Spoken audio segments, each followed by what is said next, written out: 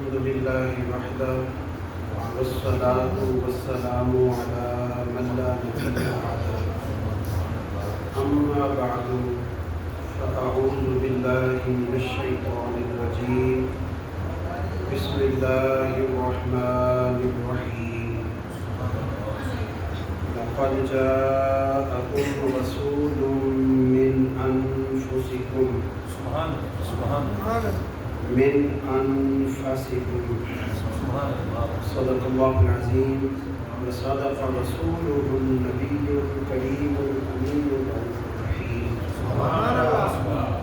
إن الله وملائكته يصلون على النبي يا أيها الذين آمنوا صلوا عليه وسلموا تسليما الصلاة والسلام عليك يا رسول الله الصلاة والسلام عليك يا سيدي يا حبيب الله الصلاة والسلام عليك يا سيدي يا رحمة للعالمين وعلى آلك وأصحابك يا سيدي يا خاتم النبيين رب اشرح لي صدري ويسر لي أمري واحلل عقدة من لساني يفقهوا قولي مولاي صل وسلم دائما ابدا على حبيبك خير الخلق كلهم نگاہ عشق و مستی میں وہی اول وہی آخر وہی ظاہر وہی باطن وہی طٰہٰ وہی یاسین واجب الاحترام فاضل جلیل حضرت علامہ قاری جعفر حسین سعیدی دامت برکاتہم استاذ العلماء فخر المدرسین حضرت علامہ مولانا محمد فیاض سعیدی دامت فیوزہم العالیہ معززین علماء کرام اہل علاقہ معززین زعماء عوام اہل سنت نمازی حضرات الحمدللہ آج ہم اس عظیم الشان محفل کا حصہ ہیں حسب الارشاد میں نے نانا جان کی تعریف و توصیف میں کچھ کلمات کہنے ہیں اور میرے فاضل دوست نے نواسے کی شان میں کلمات ارشاد سلطان الاولیاء کا ذکر تب تام ہوگا جب نواسے کا بھی ذکر ہو اور نانا کا بھی ذکر ترتیب کے مطابق اسی طرح بنتا تھا کہ پہلے میں گفتگو کروں نانا جان کے حوالے سے اور بعد میں پھر نواسے کے حوالے سے اللہ رب العزت میری زبان پر کلمہ حق جاری فرما دے آپ کو اور مجھے اس پر عمل کرنے کی توفیق عطا فرمائے۔ مجھے یہی بتایا گیا تھا کہ یہاں کے لوگ پڑھے لکھے سلجھے ہوئے سنجیدہ لوگ ہیں جو سنجیدہ گفتگو کرتے ہیں اور سننا پسند کرتے ہیں، تو میں پوری کوشش کروں گا کہ توقع پر اتروں، اللہ رب العزت میری زبان پر کلمہ حق جاری فرمائے۔ اللہ تعالیٰ نے قرآن مجید میں ارشاد فرمایا لقد جاءکم رسول، تحقیق تمہارے پاس عظمت والا رسول آ گیا، من انفسکم، وہ رسول تم ہی میں سے ہے۔ اور جو دوسری قرات میں نے پڑھی من انفسکم، ذرا اس کا ترجمہ سنیے اور لطف لیجیے۔ تحقیق تمہارے پاس عظمت والا رسول آ گیا جو تم سب سے زیادہ نفیس ہے.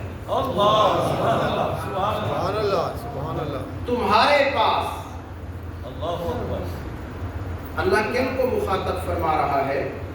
قرآن مجید خود اس کی تفسیر کر رہا ہے، اور علماء کرام جانتے ہیں کہ اگر قرآن کی کسی آیت کی تفسیر خود قرآن کرے تو اول درجے کی تفسیر ہوتی ہے. ان القرآن یفسر بعضہ بعضا، قرآن کی بعض آیتیں دوسری بعض آیتوں کی خود تفسیر کرتی ہیں. اب قرآن مجید اس کی تفسیر کر رہا ہے. قل یا ایھا الناس انی رسول اللہ الیکم جمیعا. اے حبیب آپ ارشاد فرما دیں، اے لوگوں، سارے لوگوں، الناس پر الف لام استغراق، سارے لوگوں، کوئی شخص مستثنا نہیں، سارے لوگوں سنو، میں تم سب کی طرف رسول بنا کے بھیجا گیا. تو پتہ یہ چلا، اللہ فرما رہا ہے لقد جاءکم، اے روئے زمین کے سارے لوگوں، میں تم سب کو خطاب کر کے یہ فرما رہا ہوں، تم سب کے پاس عظمت والا رسول آ گیا اور تم سب سے زیادہ نفیس ہے. اور اگر اس کی تفسیر حدیث شریف سے دیکھیں، صحیح مسلم کی حدیث ہے، رسول کائنات صلی اللہ علیہ وسلم ارشاد فرماتے ہیں ارسلت الی الخلق کافہ، میں ساری مخلوق کی طرف رسول بنا کر بھیجا گیا. صرف انسانوں کی طرف نہیں، صرف جنوں کی طرف نہیں، صرف ملائکہ کی طرف نہیں، نباتات حیوانات کی طرف نہیں، زمین و آسمان کی طرف نہیں، احجار و اشجار کی طرف نہیں، چاند ستارے سورج کی طرف نہیں، کائنات کے جس ذرے کو ہاتھ لگاؤ گے، جس چیز پر مخلوق ہونے کا اعتبار ہوتا ہے، میں اس ساری مخلوق کے لیے رسول بنا کر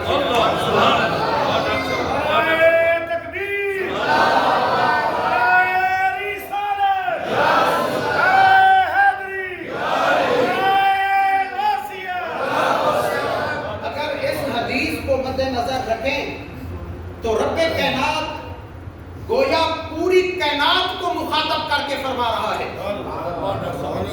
کہ میری پوری کی پوری مخلوق یہ سن لو، تمہارے پاس جو عظمت والا رسول آیا ہے، یہ عظمت والا رسول تم سب سے زیادہ نفیس ہے. انسانوں کی نفاست، فرشتوں کی نفاست، ہر چیز کی نفاست سے زیادہ نفاست اس رسول معظم میں ہے. یہ سب سے زیادہ نفیس ہے.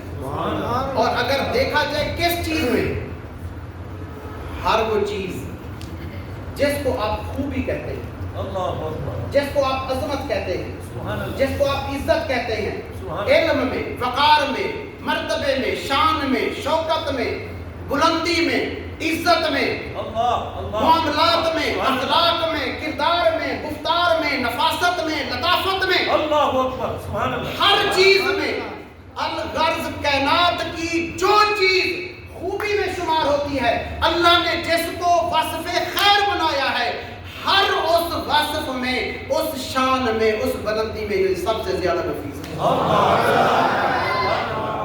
آپ عالم ہیں، آپ بھی نفیس ہیں، لیکن آپ سے زیادہ نفیس میرا نبی ہے.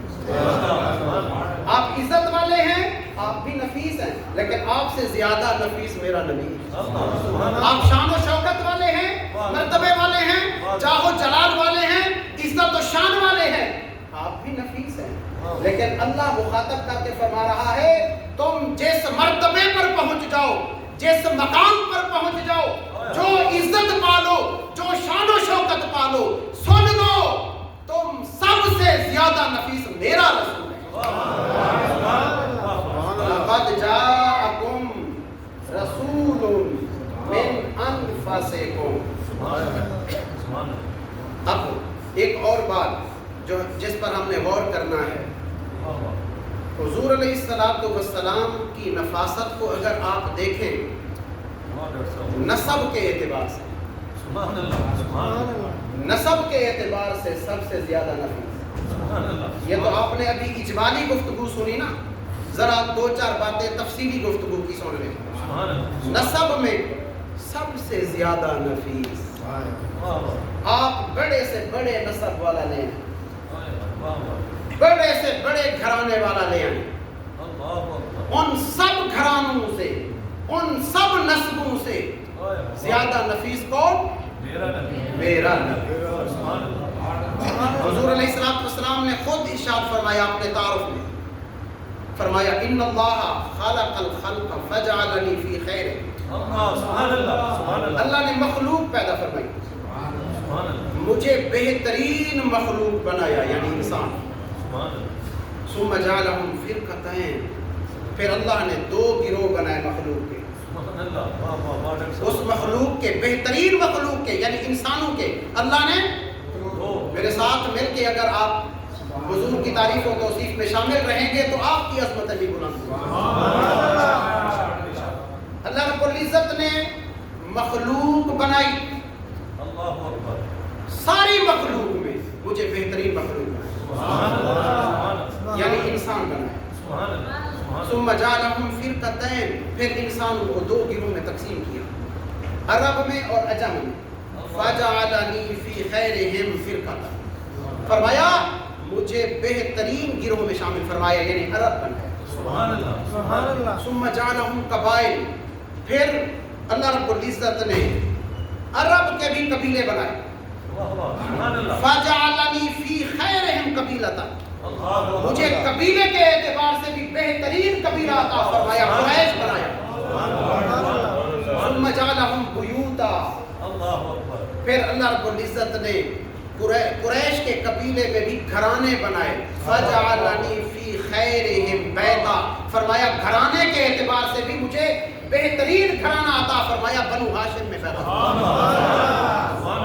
یہ تفصیل بتانے کے بعد، یہ تفصیل ارشاد فرمانے کے بعد میرے نبی نے ایک دعویٰ کیا، ایک دعویٰ کیا، اور دعویٰ بھی صرف اپنوں میں بیٹھ کے نہیں،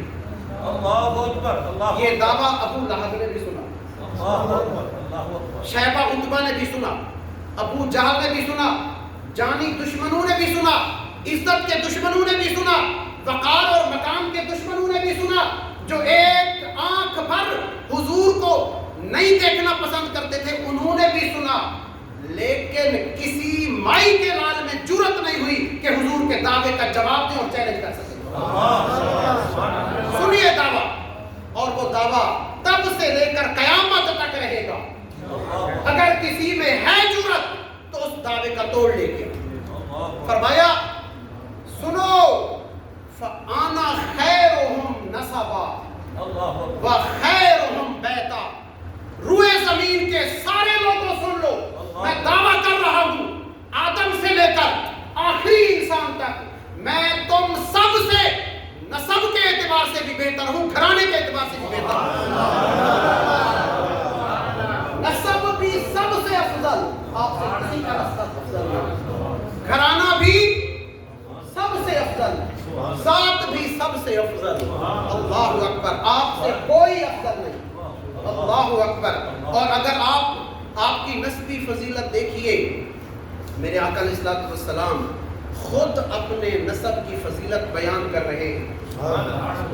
کسی کے نسب پر تان کرنا ہو نا تو حلالی حرامی کا تانا دیا جاتا ہے، میرے آقا علیہ الصلوۃ والسلام نے کلیئر کر دیا، حالانکہ آپ کو اس کی ضرورت نہ تھی، مگر چونکہ اس وقت ماحول ایسا تھا، زنا عام تھا، اس وقت زنا کو کوئی بڑا گناہ بلکہ کوئی جرم سمجھا نہیں جاتا تھا، سر عام، اور جو عورتیں پیشہ ور ہوتی تھیں ان کے گھروں پر جھنڈے لگے ہوتے تھے، زنا کو کوئی اہمیت نہیں دی جاتی تھی، کوئی پرواہ نہیں کی جاتی تھی۔ میرے آقا علیہ الصلوۃ والسلام اس ماحول میں یہ ارشاد فرمایا خرجت من نکاح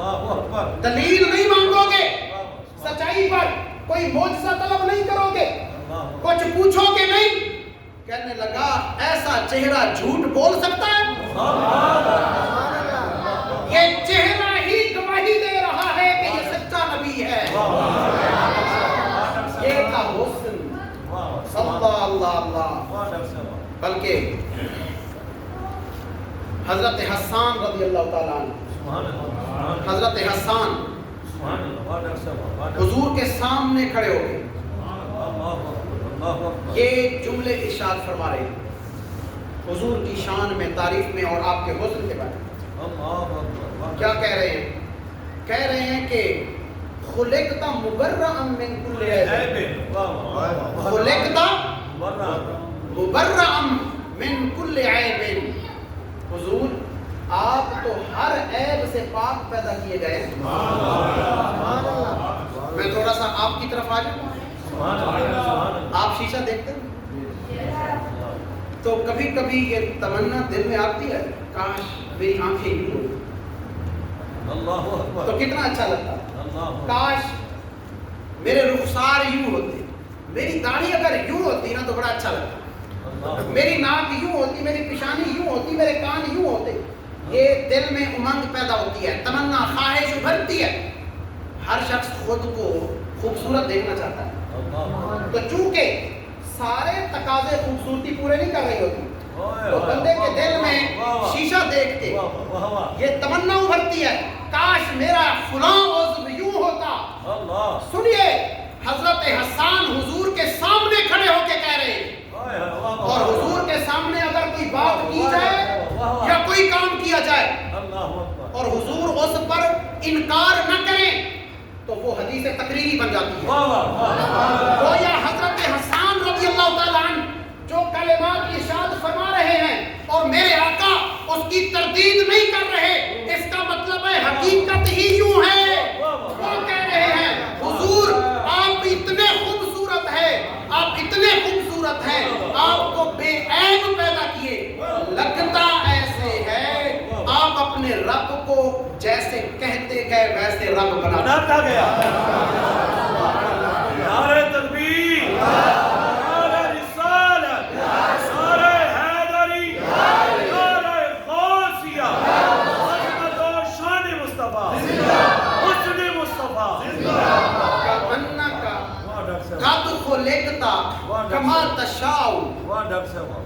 لگتا ایسے ہے کہ آپ رب کریم سے چاہت کرتے گئے کہ پروردگار میرا خوبصورت ناک یوں بنا دے، رب نے ویسا بنا دیا.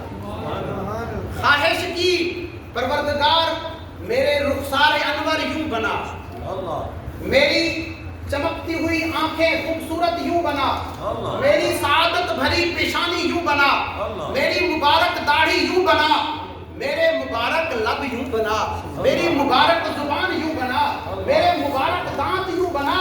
گویا آپ رب سے چاہت کرتے گئے اور رب چاہت پوری کرتا گیا.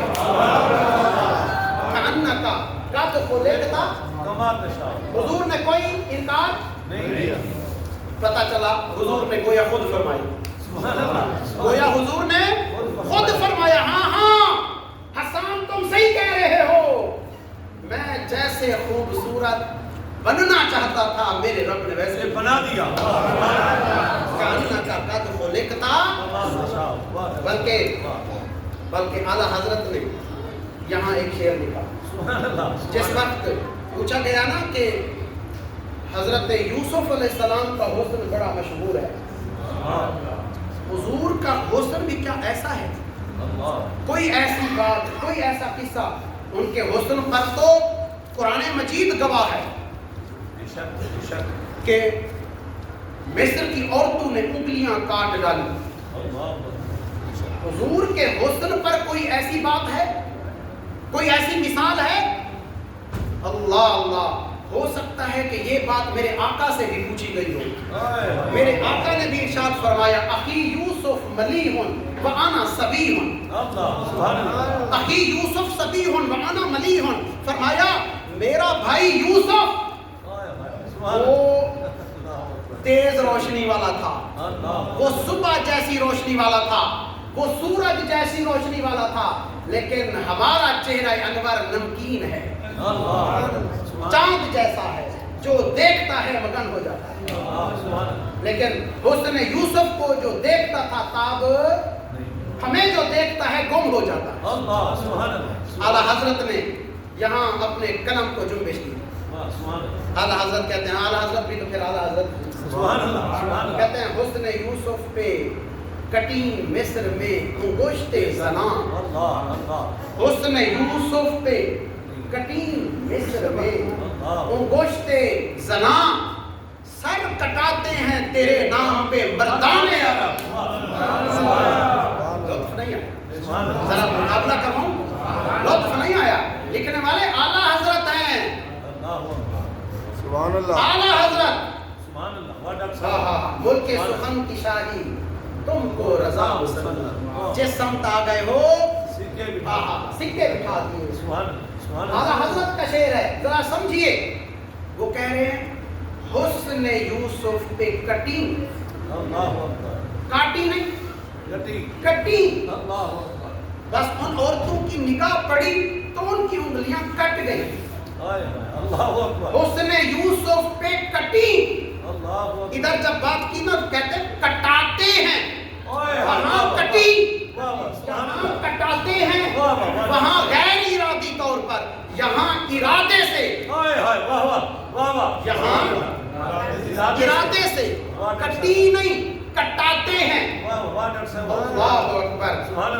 اور مصر میں، ادھر عرب میں، مصر عجم ہے، عرب اپنے اوپر فخر کرتا ہے، وہ خود کو بڑا سمجھتا ہے، وہ خود کو عالی سمجھتا ہے، وہ مصر میں کٹی، یہ عرب میں کٹوا رہے ہیں، ادھر عورتوں کی انگلیاں ہیں، ادھر مرد ہیں۔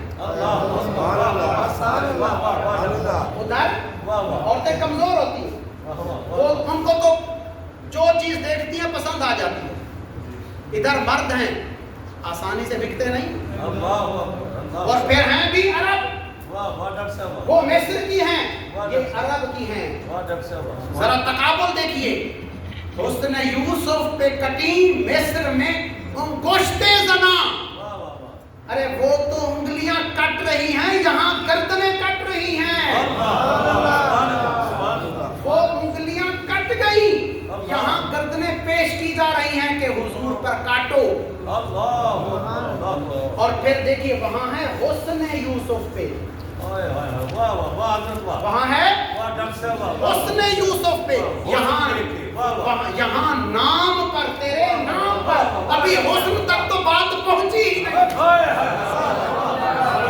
عظمت و شان مصطفیٰ، عظمت و شان مصطفیٰ، حسن مصطفیٰ، حسن یوسف پہ کٹی ابھی تو بات پہنچی نہیں، مصر میں انگشت زنا، سر کٹاتے ہیں تیرے نام پہ، مردان عرب۔ ذرا سمجھا آپ نے تقابل؟ آپ نے کبھی آپ کا ایکسیڈنٹ اگر ہوا ہو، خدا نہ خواستہ، اللہ کرے نہ ہو کسی کا، اگر کسی کا ہوا ہے تو میری یہ بات شاید وہ سمجھ سکے، جب کسی بندے کا ایکسیڈنٹ ہوتا ہے نا تو اصل چیز سے ٹکرانے سے پہلے اس کو پتہ نہیں ہوتا، کیوں؟ کیونکہ حواس کام کرنا چھوڑ دیتے، حواس، اس کے بعد اسے کیا چوٹ آئی اسے پتہ ہی نہیں چلتا، بلکہ ہلا کے دیکھنا پڑتا ہے، پاؤں سلامت ہیں، ٹانگیں سلامت ہیں، ہاتھ سلامت ہے، چل سکتا ہے، چلا کے دکھانا پڑتا ہے، اس بندے کو پتہ ہی نہیں ہوتا کہ میری کیا ٹوٹی، کیا بچی، کہاں زخم لگا، کیوں؟ حواس۔ اس کا مطلب ہے جب بندے کے حواس کام کرنا چھوڑ دیں تو پھر درد بھی نہیں ہوتا، پھر پتہ بھی نہیں چلتا، پھر پتہ بھی نہیں چلتا۔ ادھر حسن یوسف پہ کٹی، جب ان کی نظر حسن یوسف پر پڑی، ان کے حواس کام کرنا چھوڑ گئے، تو ان کی چھری انگلیوں پر خود بخود چل رہی تھی، جب حواس کام کرنا چھوڑ گئے تو انگلیاں کٹ گئیں، لیکن یہاں حواس کام کرنا نہیں چھوڑ رہے، یہ مکمل حواس کے ساتھ اپنی گردنیں پیش کر رہے ہیں کہ آؤ کاٹو ہماری گردنیں حضور کے نام پر، ہم ذرا برابر بھی پیچھے نہیں